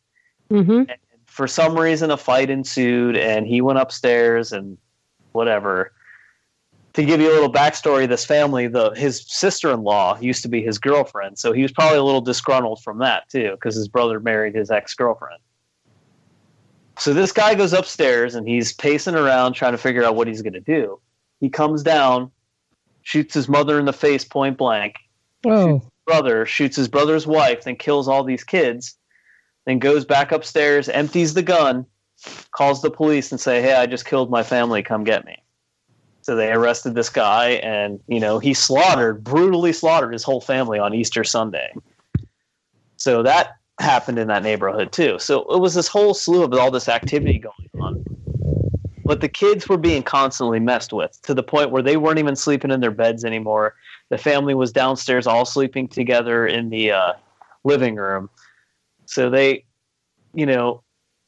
found hooked up with me, and I, tried to do the best I could. Eventually, we had a cleansing, and it was weird because I don't do those kind of things. I brought somebody in to do it. Yeah, I was going to ask you, do you ever do anything No, to solve the problems? That stuff, but they were a religious family, and they wanted something to happen. So we had somebody come in, and as they're going from room to room, you can feel this. There was an entity there that wasn't nice. Yeah. And it was an entity that watched the little girl, and she actually described it one time. It was a boy, and he was probably 13 or 14. And he always had blood on his shoes, she said. But he always watched her and always messed with her. And he always messed with the closet. And one time she got stuck in the closet because this thing supposedly locked her in the closet. But as we're going from room to room, you can feel this energy in that room. So we'll cleanse one room, and you can feel it move to the next room. And you walk in that room, and you feel it. And by the time we got to the last floor, you could feel that energy just go away. And they haven't had any problems since. So, oh, that's good. That's good. But it was a really interesting case. We got some pretty good evidence from it. We got this EVP. Me and the other guy. There was two of us in the house, and we're upstairs, and we hear somebody walk in the door. And I get up and I look downstairs, and it's a fairly small house. So if somebody was in the house, you know it right away. Yeah. So I yelled out. I stand on the stair landing, and I say, "Hello, who's down there?" And we get this EVP, and it goes, "Brett Nichols," as clear as day. And I was like, wow, that was freaking neat. It was a direct response to my question. Did you check out for a Brett Nichols? Yes, I did. I looked everywhere and actually found Nichols in that area, but I didn't find that name. So, but I ended up finding the original people who lived there, and their parents died. Their parents died in the house. Mm-hmm. But they said even when they were growing up as kids there, they had all this weird stuff happen to them that they couldn't explain. And they had tried to do the history too, and they couldn't really find a lot of, supposed deaths. It's one of them things. I think it might have been the land as opposed to the house. Yeah. But. Yep. The land is definitely important. In fact, not only for what may have been there before something was built, but what is causing that location to show types of activity, or to hold on to activity, whether you look at ley lines, and Irene, I think you have a few ley lines running through your property. Yeah, right through the house. Yep. So one that goes across the front of the house, another one that comes straight through the house. Dang. Now, here's a question. That's why I get so much activity. How do you know? How do you measure a ley line? Well, you get these, I don't know. The person that came here, he was a dowser. Mm-hmm. And he mapped out all the ley lines that are on the property. And he drew them on a map. Mm-hmm. Then I had a medium friend, because I don't work with ley lines. I don't do this anymore. I had a medium friend come out. And she went out there and she stood on, she said that she could feel the vibration of the ley line. So she worked it out. She used as a map. I can't remember what sort of, what's it called, this map? Special map. Topographical map? I can't remember. No, it's not called that, but there is a certain name for it. It is a proper map. And she laid it all out, and she worked out that the ley line came from where there used to be an old manor house. Mm-hmm. Okay, and it went through the property. It was she said it was a negative one. It went through the property, ends up at a place between this county and the other county where the marker for the two counties are. There's a big stone marker. And she said, that's where we got to cut it off. And so we went off down there and one thing or another. And we're standing there on this so-called ley line. Right? My husband was with me and everything. And I'm not kidding you. She started saying prayers, which was all very lovely and everything. She started saying prayers and we're standing there. And I could feel the vibrations coming up my legs. And I looked at my husband and he said, do you feel that? I said, what are you feeling? He said, it's vibrating. And that's my experience with ley lines, besides the ones that go through this house and the souls that travel through and all the stuff that I get going on in the house. Yikes. Yeah. No, but she was very good. She was very good. But I don't think she solved the problem with the ley line. But she was able to detect it. But the man that came out and done the dousing, he was someone totally different. You know? Mm-hmm. And he doused the whole house, all the grounds. He also said that there is something buried on the grounds, a box or something that's been buried in the grounds that is very important to my ghost family. Really? Okay. Yeah. And he pinpointed the area. I dug that bloody ground right, left, and centre. There was no way I could find anything. No, maybe you didn't go deep enough. No, I never found anything at all. But I do know that where that part of the grounds was sold off to, half of the property was sold off. Where the orchard was, that's on the property that was sold off. They demolished all the trees and everything, but there was a cat buried down there in the box. Down in the orchard. What would Maybe have been that was the orchard? So maybe that was it. I don't know. I got no idea. But, you know, there's a lot of fun and games goes on in this place. You'd love to do my house, I tell you, Brendan. I would love to just come to England. Oh, if you come to England, come here and do my house. Have a bit of fun. It was playing me up last night again. All over the bloody weekend. Every bloody night. Something's going on. Literally something's going on. Plus, there's I've written it all in the book, so I can't say it. Okay, I'm going to say this, even though it's in my book, which is called, Mark? Life Among the Spirits. That's right. Okay, so that's my coming soon. Yeah, coming soon. Okay. Right, I'm sitting in the sitting room of the house and I'm watching the television. As I'm watching the television, something caught my eye and I looked up I've got a massive, great big bay window here. I looked up at the bay window and there was a man moving at quite a speed past the window.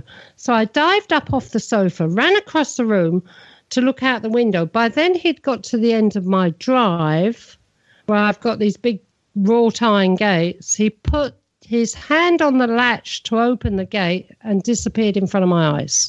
Oh, no. He put his hand on the latch to open the gate, turned and looked at me at the window, and then disappeared. Totally That's crazy. Disappeared. It is crazy. You know what would be even more freaky is if he would have been, like, streaking. Streaking? Like he was naked, just running through the yard, like, hey! Yeah, true. Well, yeah. Now I'm beginning to think. Okay, but I have seen him twice. I've seen him again since then. So I do believe he's a time traveler. But I've got other ideas about this as well. Whether he's the time traveler, whether I'm lapsing over into time, whether he's a future owner of this house, I don't know. But he was dressed in modern clothes. Yeah, you know what? And again, may not have anything to do with time. It might have to do with reality. That's right. You know, just he's walking through there. But the fact that he turned around and looked at you and made eye contact with you shows that he was aware of you. That's right. And another thing about it, the dogs didn't bark. I've got guard dogs. You know, I've got 5 guard dogs in this house. And they didn't bark. The ones that were in the room with me didn't bark at all. Didn't even see him. Didn't even go to the window. Which is very strange. Because these dogs don't miss anything. But there you go. You know, it's a weird house. It's a very, very strange house. You can hear things all over the place. You see things. You smell things. Everything goes on in this house. As I've spoke about it before many times. I'm not going to bore people with it. Well, I got a question for you, Brendan. As an investigator, you know, one of the things that especially here in America, that is so popular right now, is the whole idea of demons. You know, only in America. Yeah, Definitely definitely in America. So, you know, we've mentioned on before our thoughts on all that, but what are your thoughts? And have you had anything that you would, any experience that you consider to be overly negative or what people would think of as demonic? I did one investigation, one. Out of the hundreds I've done one investigation where I believe that I was dealing with something inhuman. And it was not a pleasant experience. Like, you know, we got the weird smells that are attributed to that, the weird EVPs, the knocks and threes. It was all this weird stuff. And we investigated this place about 3 times. And I honestly believe that it was conjured there. And, you know, I try to be very open with these people, especially when I come into their homes. Like, you know, this is on my time. I'm doing this, you know, for free because I like to do this kind of thing. Only thing I ask of you is be honest with me, because I don't know what I'm walking into. You know, if you have brought something here, I would at least like to know that you've been messing around with this kind of stuff. And I think that this family lied about what was going on. And I feel fine saying that now because, you know, I 100% legitimately think that they lie. I think that they caused something to be there. And whatever was there was not, you know, was not nice. And it was actually, you know, targeting one of the children in the home. And he was a really good kid, and he started doing very strange things. Like one day the mother walked in and he had a knife and he was just overly stabbing his pillow, and he just was like almost in like a trance kind of thing. And this kid would be attacked at night, you know, he'd have scratches on him and just all these weird things that like happened to him. But when he'd go, it'd focus on somebody else. When he wasn't at home, it would focus on somebody else. And, you know, we were investigating, and we walked into this room, and it just was ice cold in the room, and it smelled terrible. It smelled like something rotting was in there. And we walked out of there with some pretty creepy EVPs. And that's the only time I honestly think that I've dealt with anything that's inhuman. As far as negative entities, I've run into a few. There was a place I investigated called Revenant Acres Farm. It's in Indiana. And I was doing a little bit of provocation, which I shouldn't have been doing, but I was. And I ended up with this big red hand mark on my chest, and it hurt. So it was like burning real bad. And I finally just stopped everybody in the room. I said, is there something on my chest? And there was a legit handprint on my chest.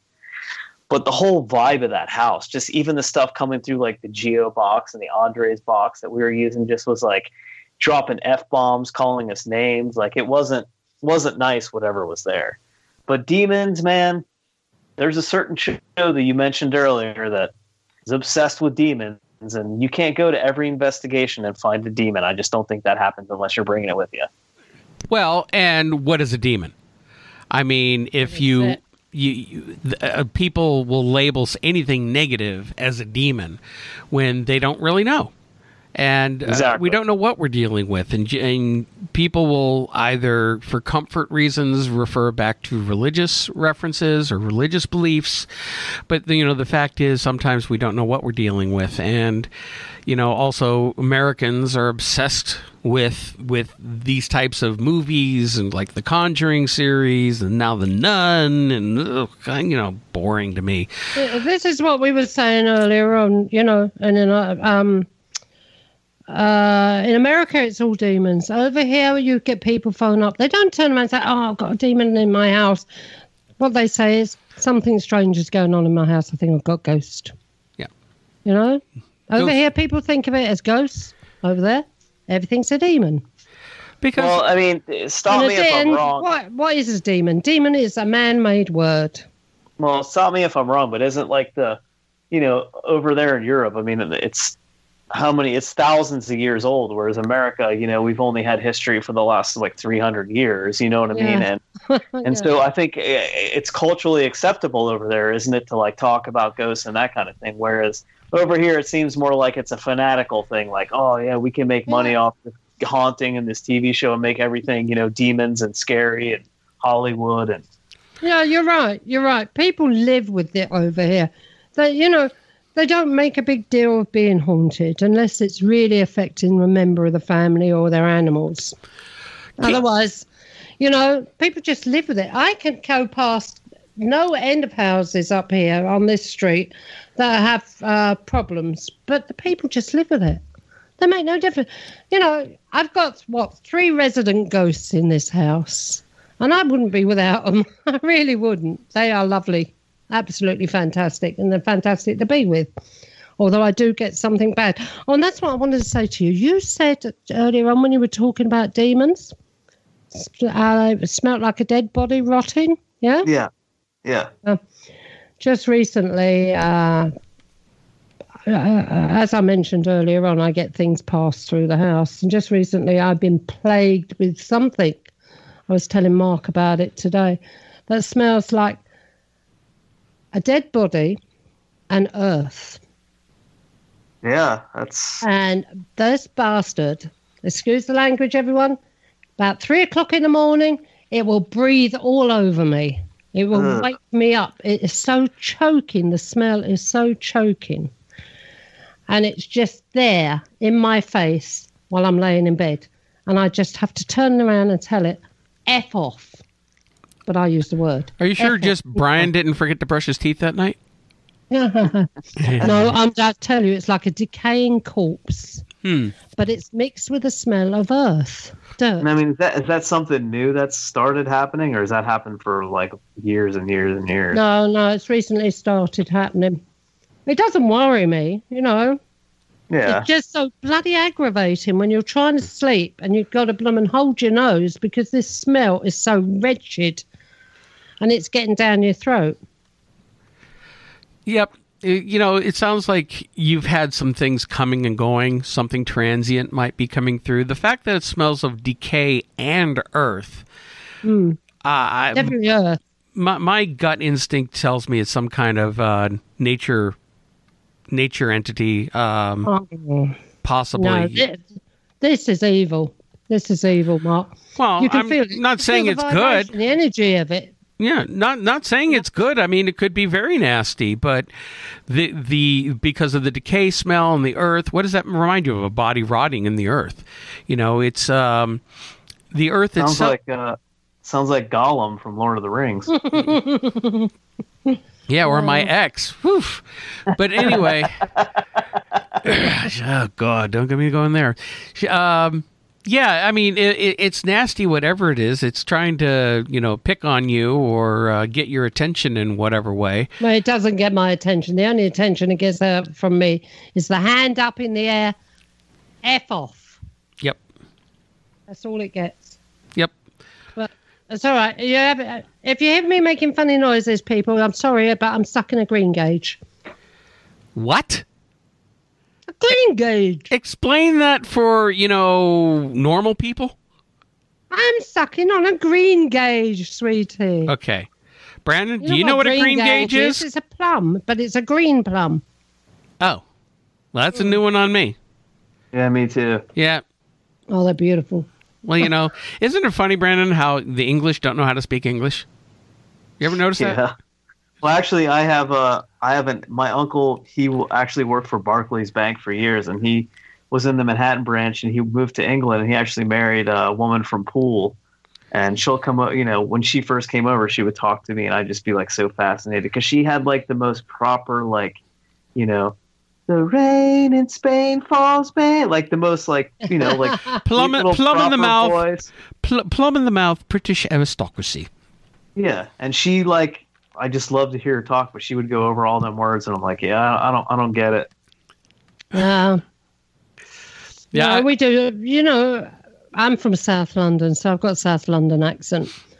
But Poole is an absolutely lovely place. I used to go down there to buy Poole pottery when the factory was open, but obviously they've closed it now. They closed it quite a few years ago, but it's right on the coast, and it's a gorgeous harbour. There, absolutely lovely harbour. Some nice, good, quaint little pubs, and I'm waffling. Carry on. Well, I'm just going to suck my green gauge. Well, we were talking about demons and, Brandon, your experience with one nasty one. Now, in that case, you think you're dealing with an inhuman spirit, but do you believe in quote-unquote demons, or what do you think that we're dealing with sometimes? I think there is things that are inhuman. I mean, I think there is elementals. It's different in every culture. It's different with every religion. Like, in the Middle East, you have jinn. You know what I mean? And they're considered evil spirits. Sometimes they're good spirits. It just depends. But whatever I was dealing with here was not. It didn't show characteristics of a normal type of haunting. That you would characterize as human, I guess. As being a person who once lived. I think this thing just. Because just the amount of power that you felt in that, it's nothing I ever felt before at that time. So, did it seem to be very intelligent? Yes, and some of the EVPs that we got, you get it was very strange because like we'd get growls and grumbles and like these weird things, and I caught a couple of them that I couldn't really tell if it was like gibberish or if like it was Latin or if it was like some other kind of language, but it was very strange because I'd never caught anything like that, never just had to decipher anything like that.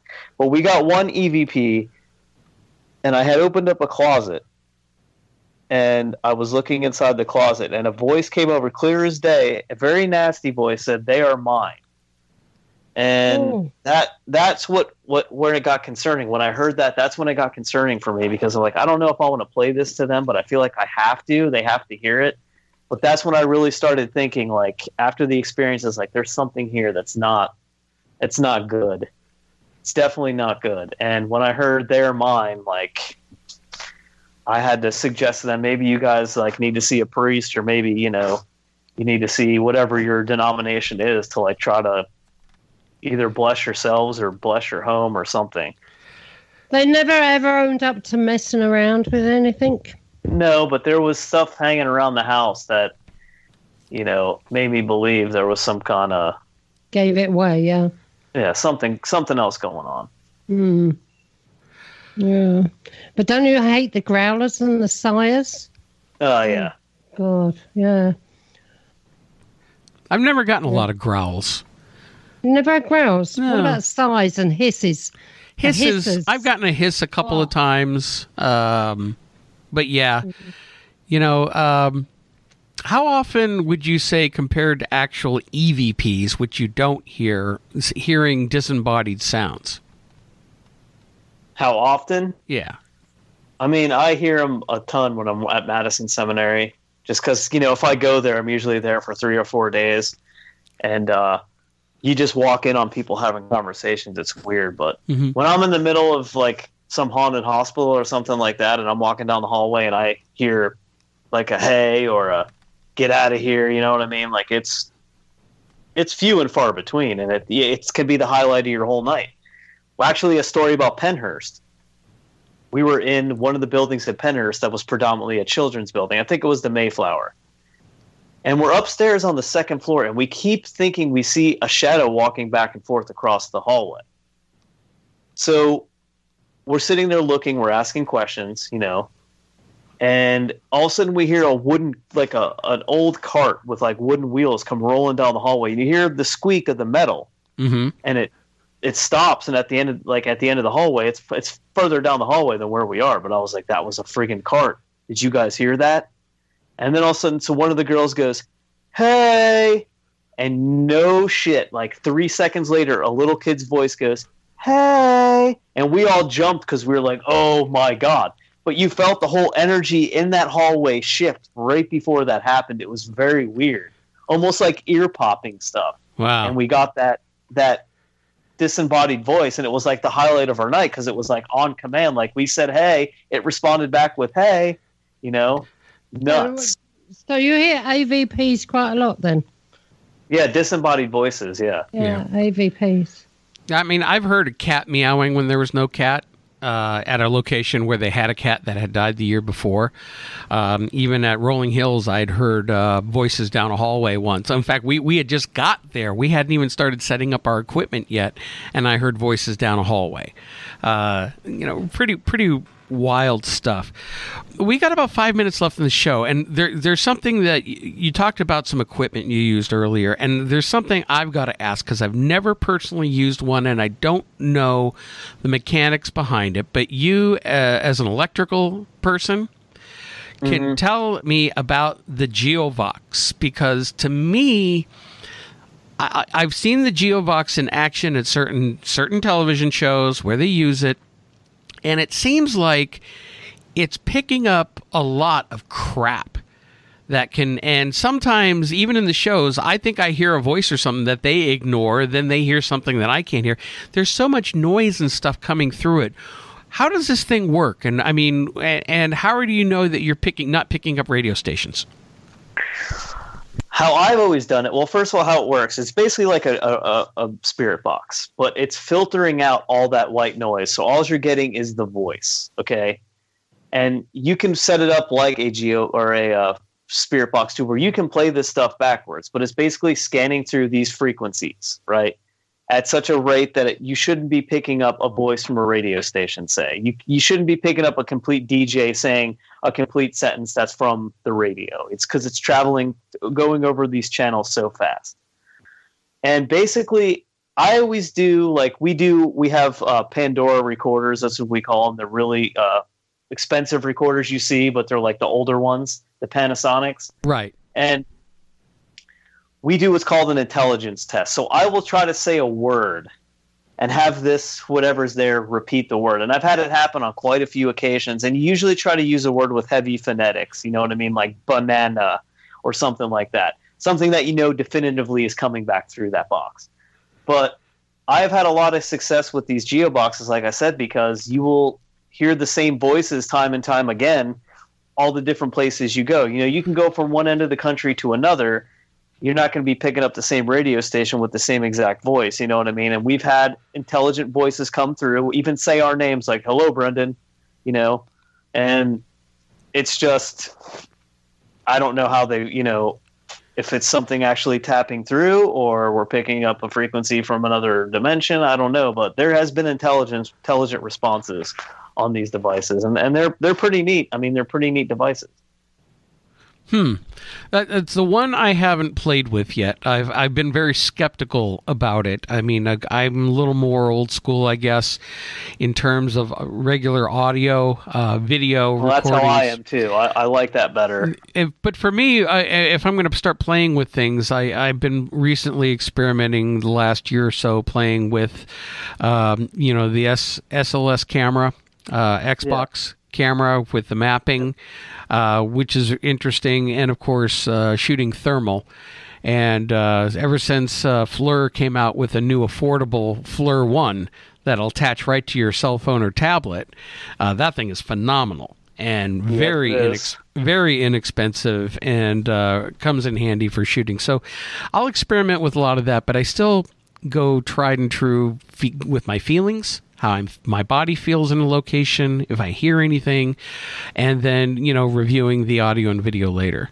What would you... I always tell people your body's your first tool. It's your natural tool that you have, but that's the thing that you should start with. Like, if you feel strange somewhere, then, go with your gut. Well, we're right in the same page there. I definitely believe in that as well. We are coming on to the end of the show here. So, Brandon, where can you mentioned the Resident Undead, the television series. Where can people find that and find out more about you? Yeah, you can go to YouTube and look up Resident Undead. We actually just released a brand new episode 3 days ago. Has a lot of people. I think we're up to almost 70,000 views in just like 32 hours. So it's pretty popular for one of our episodes to go that to be seen that many times that quickly. We did have Michelle Belanger in that episode with us. We work a lot with her. But go there, check out the episode, subscribe. You can get on Facebook and follow us on Facebook, Resident Undead. You can see all the behind-the-scenes stuff that we do, like a lot of Madison Seminary stuff. Also, check out the Madison Seminary. Go to the Madison Seminary Facebook page, click like. You can see all the stuff that we've done there, all the events we have coming up there. And you can find me on Facebook, just Brendan Shay, and on Twitter at Brenny Shay. And check out Madison Seminary. It's a great place. It's, you ever in the Ohio area and you want to come to a really awesome historic building that's really haunted, then come there. I guarantee you won't leave disappointed. Fantastic. Well, Brendan, thank you so much for coming on the show tonight. It's been a lot of fun talking with you. Okay. I really you, Brendan. appreciate it. I do. I appreciate it a lot. It was great talking to you guys tonight. Thank you very much, Brendan. And Mark, where can we be found? Everywhere? Everywhere. We're just about everywhere. Yep. And also, if they miss the show or miss a show, you can catch us on Podbean, Stitcher, iTunes, and a bunch of others. TuneIn Radio. Everywhere, people. And also on a Monday night on Dark Matter Digital Network. Yep, we lead in just before Dave Schrader's Midnight in the Desert, so be sure to catch us there. All right, well, thanks a lot, everybody. Have a great week, and Irene, we'll talk with you soon. Yep, bye, everyone.